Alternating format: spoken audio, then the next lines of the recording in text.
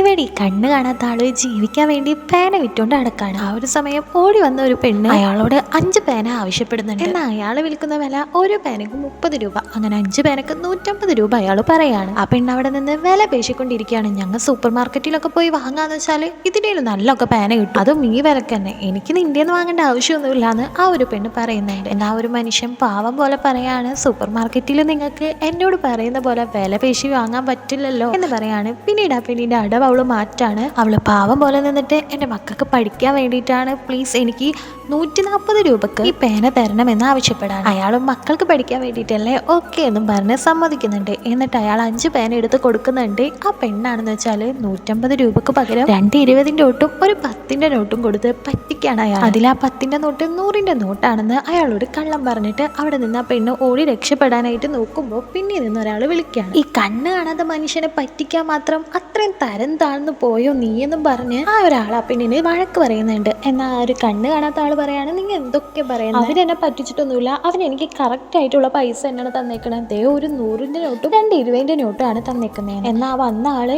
ഇത് 10ന്റെ നോട്ടാണ്, നിന്നെ 100ന്റെ നോട്ടാണെന്നും പറഞ്ഞ് പറ്റിക്കാന്ന് പറയുന്നുണ്ടെങ്കിലും ആ കണ്ണ് കാണാത്ത ആളത് സമ്മതിക്കുന്നില്ല. അല്ല ഇത് ശരിക്കും 100ന്റെ നോട്ട് തന്നെയാണ്, എനിക്കറിയാം, നിങ്ങൾ പൊക്കോളാൻ പറഞ്ഞ ആ സ്ത്രീയെ പറഞ്ഞയച്ചിട്ട് ഈ കണ്ണ് കാണാത്ത ആൾ മുന്നോട്ട് നടക്കാണ്. ഇത് കണ്ട് ഇയാൾക്ക് ആ കണ്ണ് കാണാത്ത ആളോട് പാവം തോന്നിയിട്ട് 100 രൂപക്ക് പേന തായോ എന്ന് പറഞ്ഞിട്ട് 2 100ന്റെ നോട്ട് എടുത്ത് ഈ കണ്ണ് കാണാത്ത ആൾക്ക് കൊടുക്കാണ്.